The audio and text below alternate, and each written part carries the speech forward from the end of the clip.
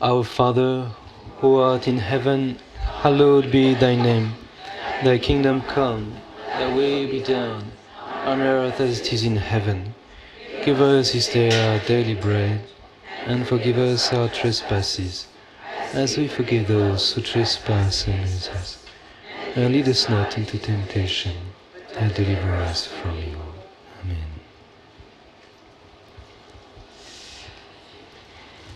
So in the first talk we try to explain why do we have to fight in our spiritual life. We have to fight for three reasons, because as I told you, you are screwed up, and me too. Because of the world, because we live in a twisted world, and because of the devil, who is absolutely screwed up. So three good reasons to be at war. But now, when you are at war and you have to fight, it's good to know the strategy of the enemy. And that's what I would like to explain. Obviously, it's more difficult to understand the rules of war than the rules of peace, because peace implies an order. War is always a chaos, so it's difficult to make a chaos logical. So what I'm going to say is just what we can discern according to the Bible. I'd like to speak about the strategy of the devil in 3 points. First, to see his tactic. I don't know how you write in English. Is it like that? Huh?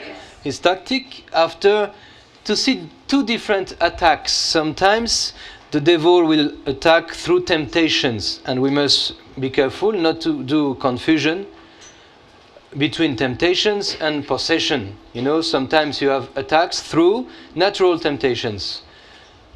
So what is a temptation?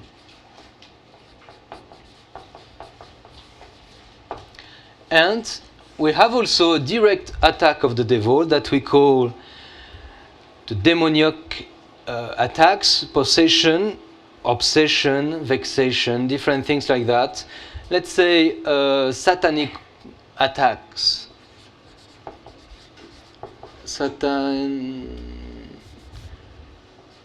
You say satanical attacks? Or just satanic attacks? That means possession and so on.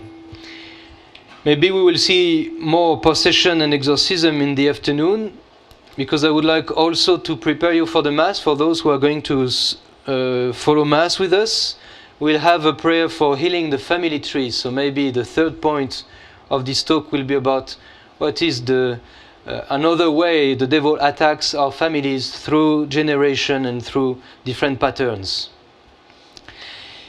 So let's start with the question of the strategy of the demon, his tactic. First, what is his intention? Maybe as a first point, let's try to see the intention of the devil. What does he want? Actually, he doesn't care about you and me. His problem is God. His enemy is God himself. He wanted to be like God. He wanted to be higher than God. For some reason, it sounds silly, but for some reason, he wanted to be like God. And his personal enemy is God. So in a certain sense, he wants to fight with God.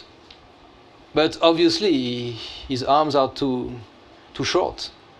You know, God is God. God is infinite, so he can't fight with God. There is no way he can fight directly with God. So what he wants to do is to destroy the image of God wherever he can find the image of God. Take the image of, for instance, the illustration of a fiancée. Her bridegroom, or future bridegroom, is a champion in wrestling. He's kind of big guy, as you can see on TV. He's a wrestler, professional wrestler. And now he For some reason, he was a bad guy with her. So she hates him now. And she would like to fight with him, but the guy is big. He's too strong. What am I going to do? So she's angry and she takes all the pictures and she destroys the pictures. And yeah. That's exactly what the devil does. He cannot fight with God, but he can destroy all the pictures. He can destroy the images of God, and that's his plan. Wherever you will find an image of God, mostly in your soul, because we are created at the image of God, he will desire to destroy this image of God. There is a personal fight with God, and therefore with us. Inasmuch as you are at the image of God, he wants to fight with you. And the holier you are, the worse you are the more involved you are in the spiritual warfare. The first time you can see that in the Bible is in Genesis chapter 3. Here it's pretty clear that the fight is between God and him.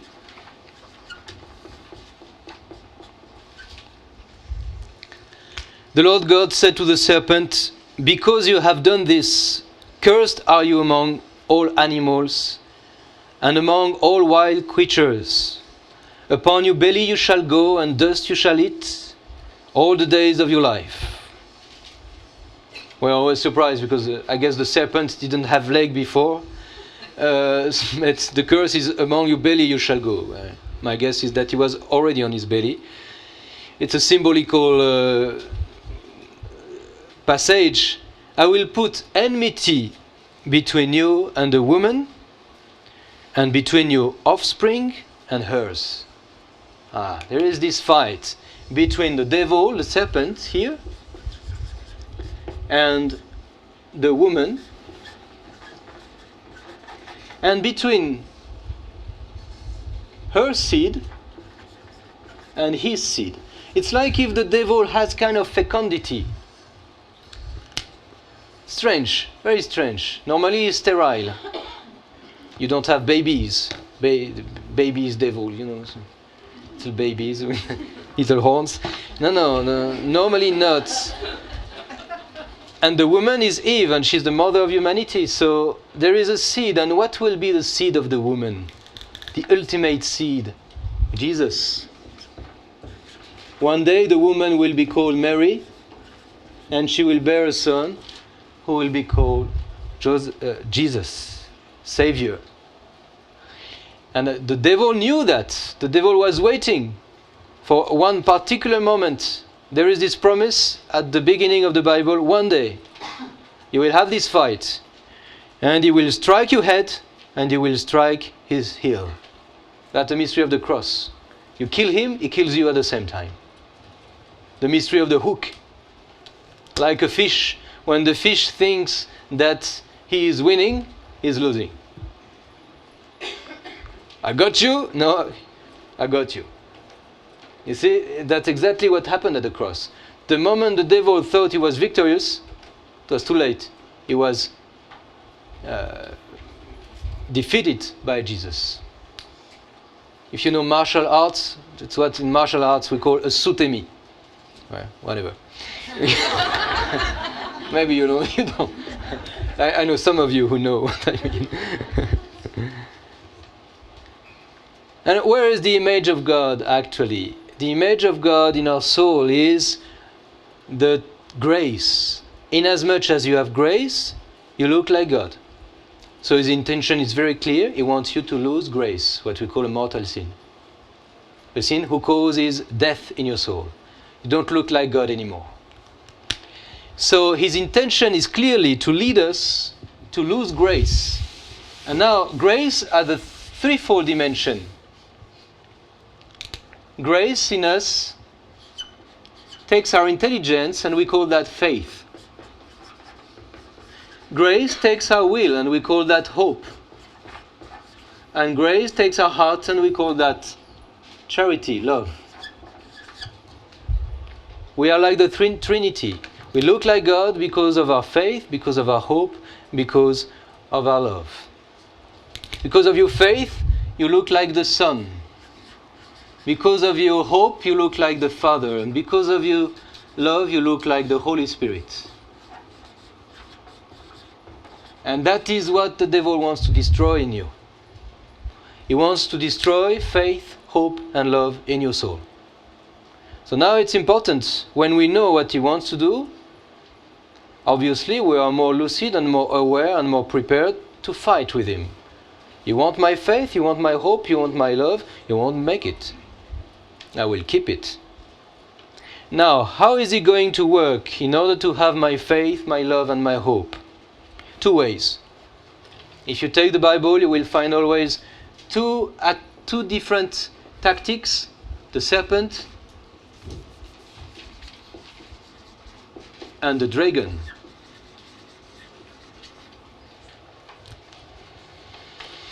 If you look at the beginning of the Bible,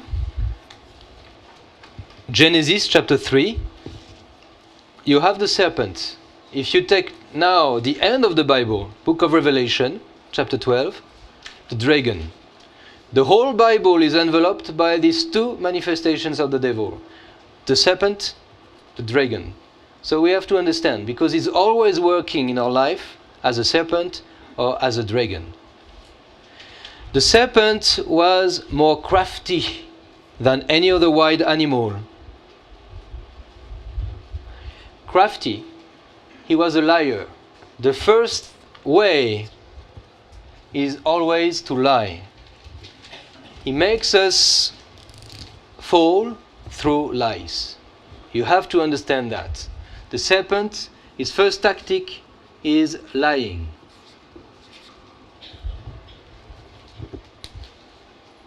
He's always a liar. Even during an exorcism, he's lying. We must be very careful. You ask a question, he says a lie. I saw a case in Africa. A woman was possessed, but she was healing people. She was healing everybody. So everybody came to her, and the Spirit said, "I'm St. Paul, and I will help you to heal people."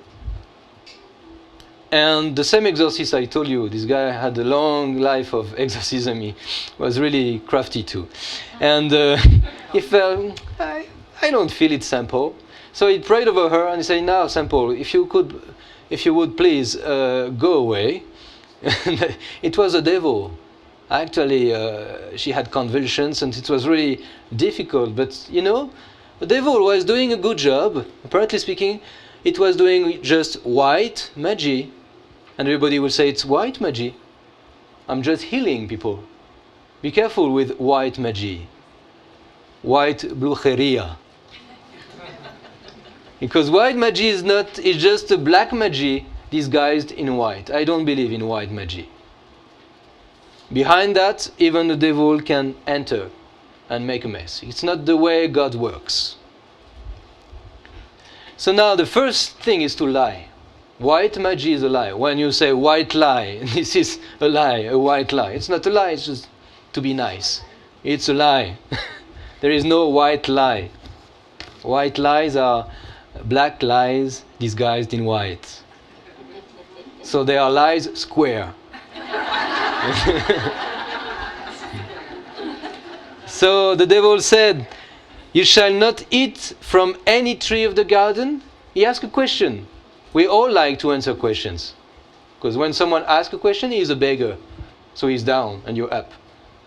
Ask for your direction in the street. Everybody is nice. All over the world, if you ask your direction in the street, people are so happy to teach you where is the good way. So you find always nice people saying, "The street is here." Even when they don't know, they answer. In some cultures where they are very polite, they never say "I don't know," so they give an answer, a guess. And here it's very tricky, very crafty. Did God say you shall not eat from any tree in the garden? He knows perfectly that every day they eat trees from the garden. He knows that.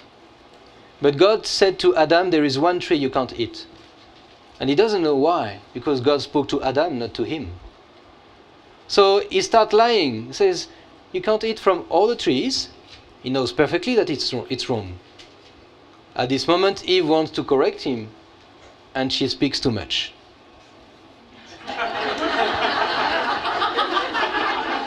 I said nothing. You shall not eat.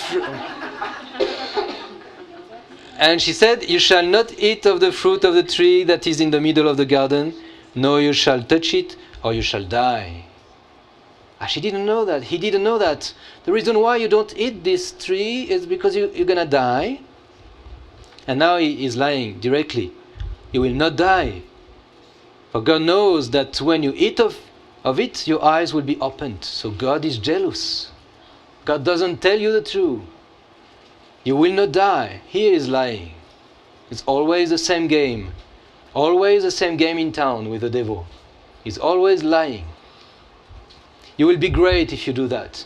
You will have such a pleasure if you do that. And you do it and you say, where is the pleasure? I have just a guilt trip. You will have such a popularity if you do that. You will be great and you end up nothing, nobody. Guilty. Always he starts with a lie. So it's very important for us to be aware of that. He is a liar. Even our worst temptations are a lie. We think it will be higher and higher and higher. It will never stop. It's not true. It's not true. He's just lying. And you despair and you don't fight anymore because you think that you will never make it. It's not true. It's just a lie. You believe the lie. The first way to fall is to believe a lie. And after the other way is the dragon. The dragon is fear. Jesus never stopped saying that. Do not fear. 365 times in the Bible. One time a day. Do not fear. That was the first thing that the Pope John Paul II said. Fear not. Open the doors to the Redeemer. The dragon is the one who wants you to fear. And because you fear, you give up. Look at this text in the book of Revelation, chapter 12. A great portent appeared in heaven, a woman. Again, it's the woman with the devil. The devil has a particular problem with the woman. He's not a man. But why? Here there is a very difficult question. Why the woman? Why do they have to suffer so much, more than men, all over the world? There is particular... Why are they the main target today? Abortions, all these attacks are toward the woman. There is definitely a personal fight between the devil and the woman because one day one of them will be Mary and will give birth to Jesus. So he has a particular problem with the woman.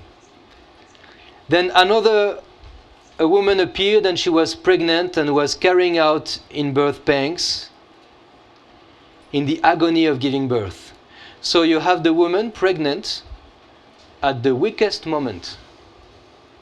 Then another portent appeared in heaven, a great red dragon with 7 heads and 10 horns. Now you see he's red because he's angry.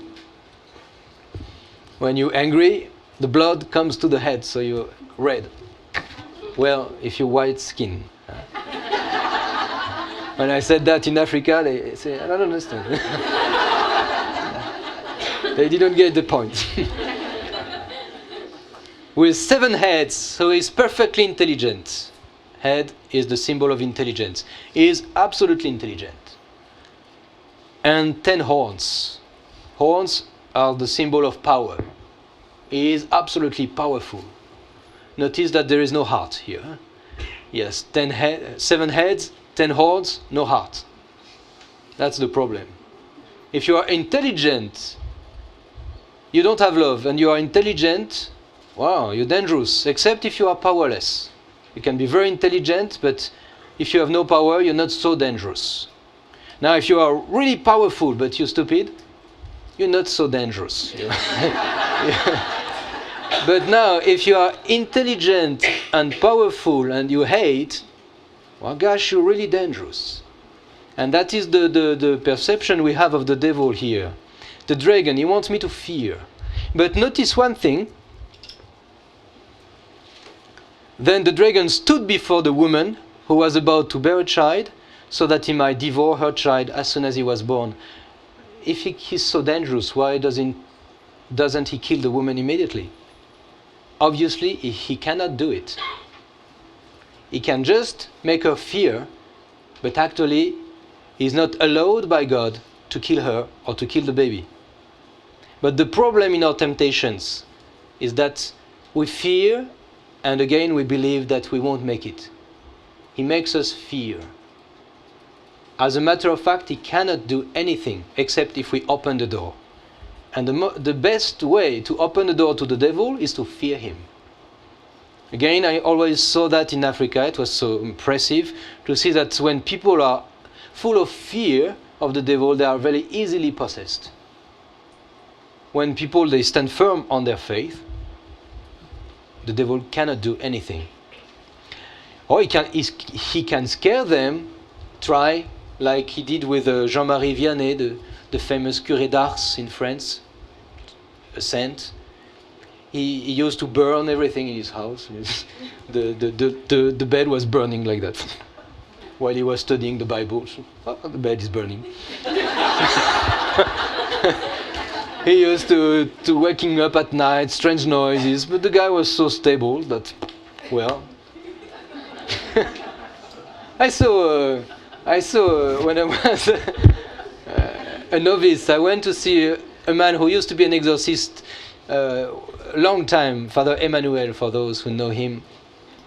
He was in the mountain as an hermit, and I had nice talks with him, and one time he told me, I saw people walking on the ceiling. I said, wow, and when you're not scared? Oh, she's walking on the ceiling.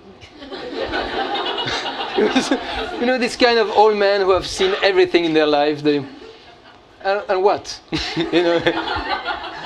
Am I going to be troubled by that?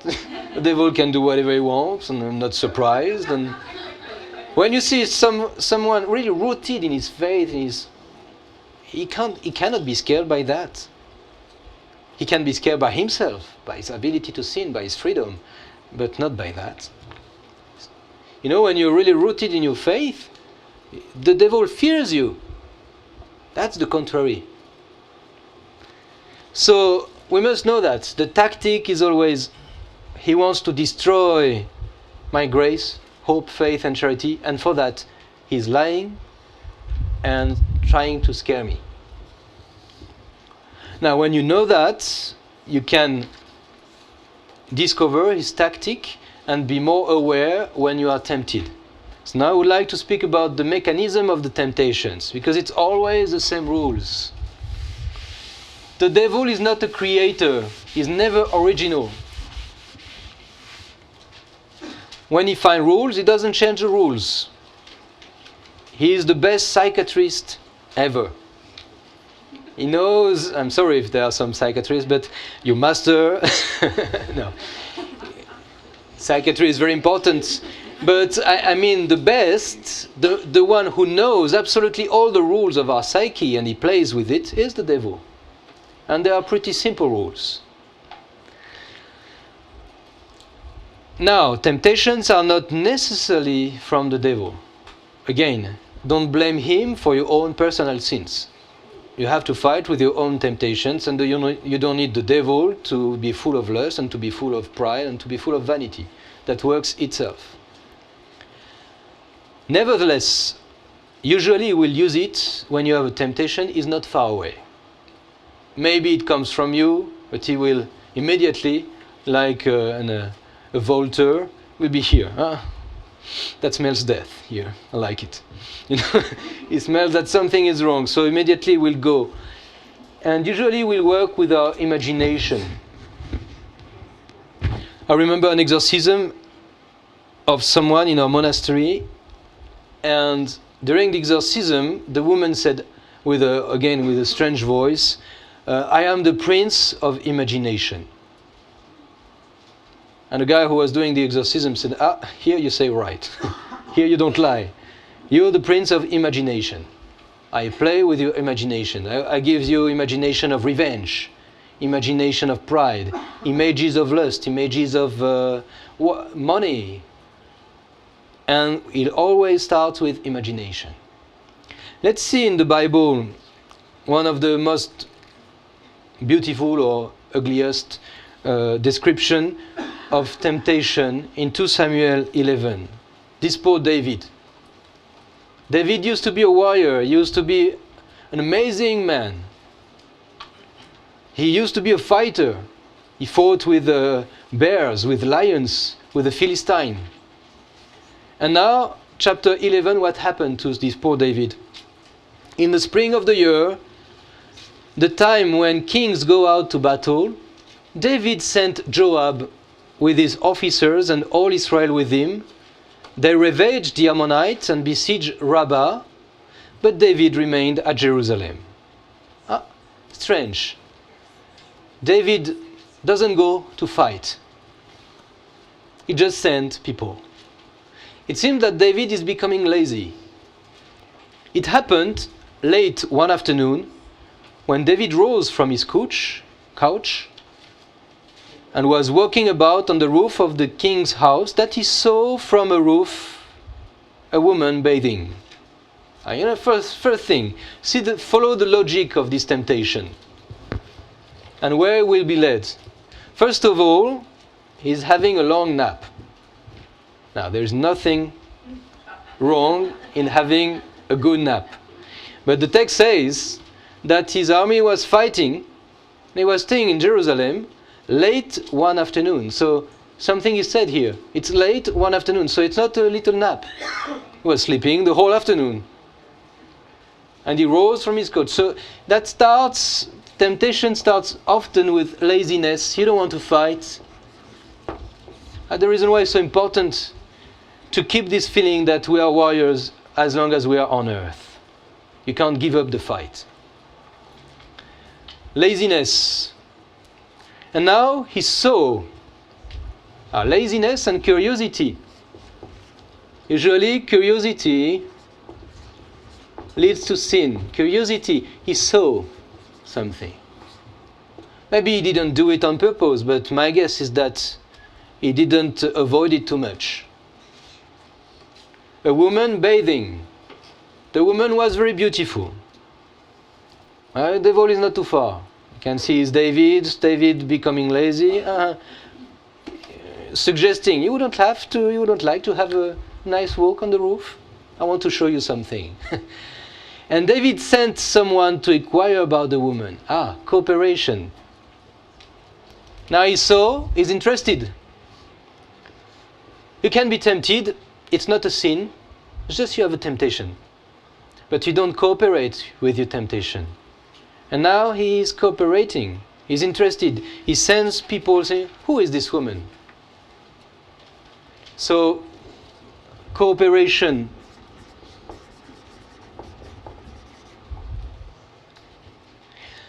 It was reported, this is Bathsheba, daughter of Eliam, the wife of Uriah the Hittite. So David sent messengers to fetch her, and she came to him, and he lay with her. So you see how that works. Cooperation with the temptation, and eventually adultery.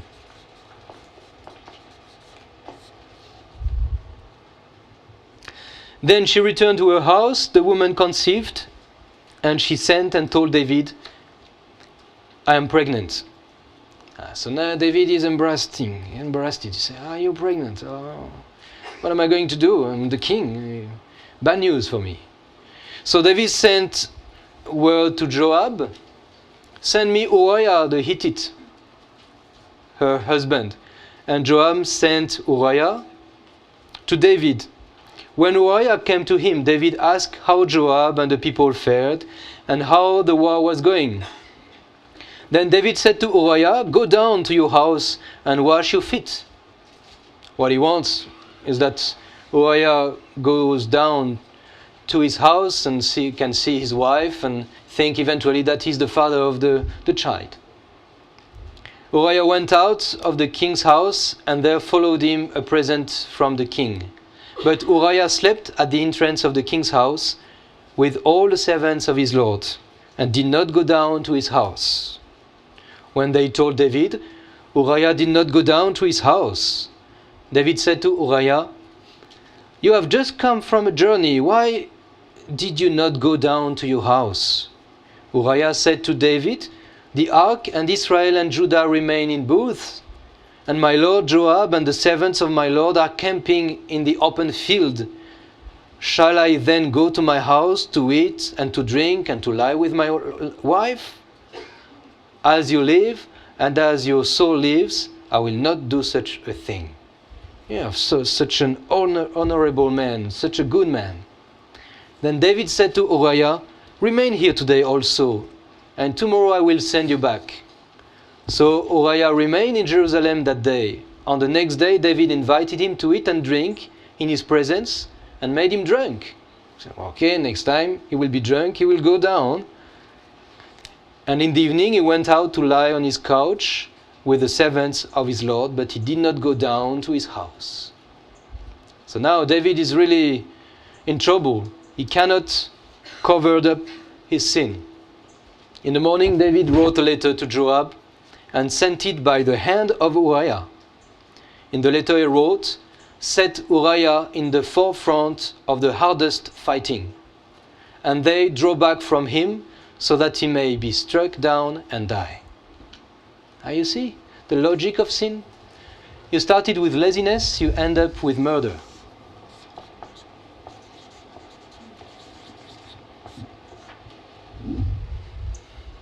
Now today, the devil always uses the same rules, and we must admit that today most of the abortions are the same patterns. You started just with a wrong friendship or a wrong way to express your friendship, your love, and you end up as a murderer. It's the same logic. Same logic. The devil is never original. So we have to understand this logic of temptations. Maybe that will help you to know what you look like. I'm going to make a drawing of each one of you.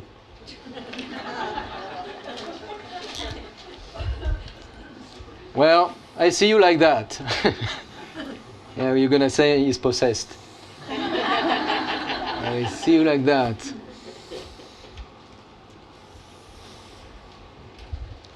That's you. In your best days. What do we have in our life? What are the different faculties? You have a body. You have a body, and in your body you have what we call a vegetative life. Vegetative needs, let's say. Well, I need to sleep, I need to eat, I need to drink. Most of the people, they need reproduction, especially the species. Instinct. You have senses. And you have organs. You have imagination and memory. And you have passions. You even have 11 passions. I don't know if you noticed it. You have 11 passions. You can be angry. You can be full of hatred, full of love, full of desire, full of audacity, full of fear. All the passions. 11. And you have an intelligence. Most of you. Intelligence. I'm just kidding. And you have a will. So what happens usually? Usually how the devil works. He starts with, look at David. He saw a woman. First, working on the body. David felt tired.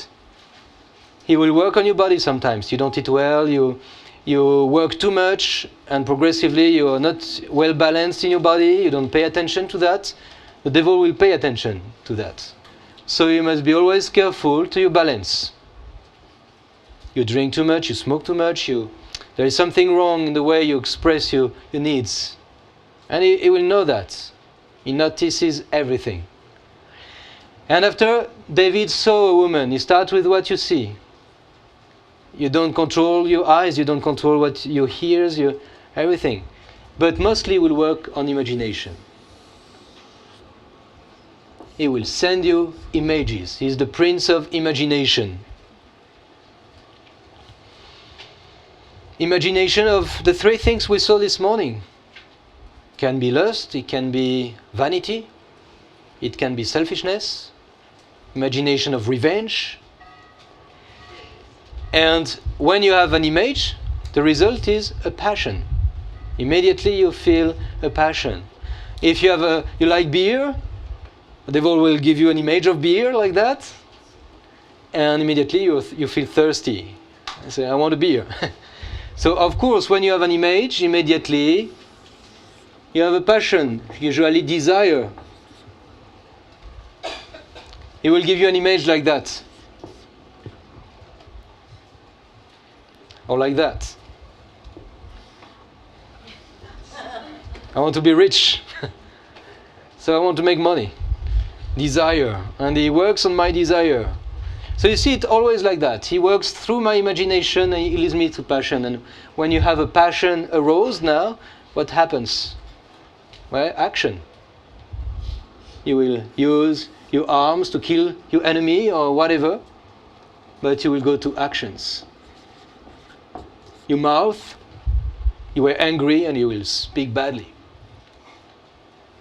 You see, it's always the same pattern. So when you start knowing yourself, you start understanding better how he works. At this moment, you are about to find the good weapons to fight with him. But we had first to understand the tactic of the devil. Now this afternoon we are going to work on the satanic attacks. Sometimes it's not this pattern, sometimes it's direct attacks, possession, obsessions, vexations. But what I would like to do right now, to help you to enter in this celebration we're going to have, it's a very simple Mass, so don't be what happens. It will be the Eucharist. What will happen is that the bread is becoming the body and blood of Christ, and that's really the most important thing. But I would like to offer this Mass to pray particularly for your ancestors, because another way the devil can work is through the family tree, through the communion in a family. The devil hates family, because God created first a family. Adam and Eve were created in order to have children and a family. And when Jesus came into the world for the first time, it was in a family, the Holy Family. God loves family. So the family is, in a certain sense, another image of God. The Father, the Mother, and the Son. The Holy Trinity is kind of represented by the family. Fecundity, inside love. This is an image of the Holy Trinity.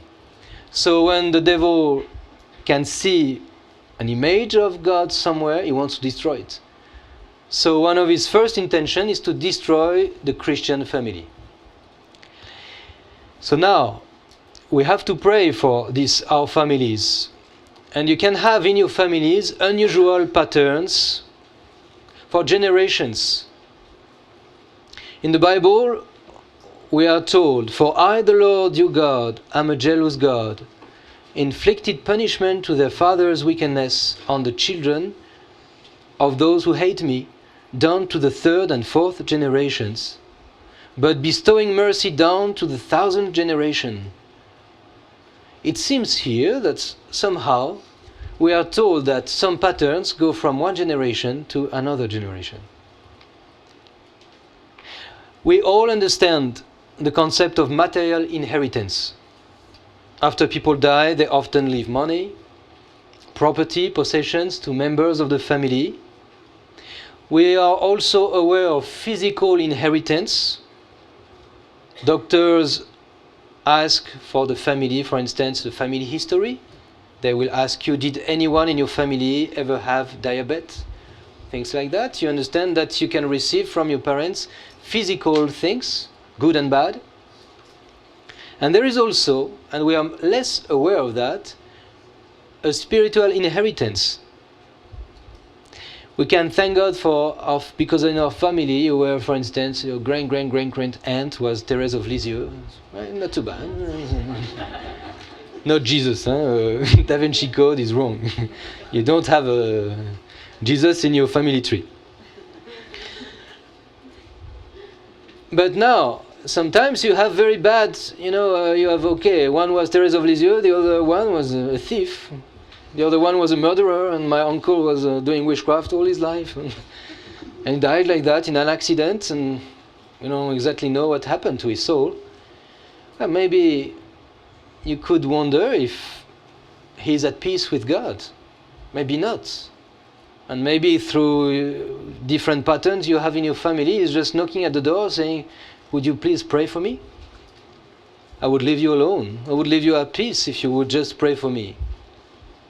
That's the question with a ghost, and what to say ghost.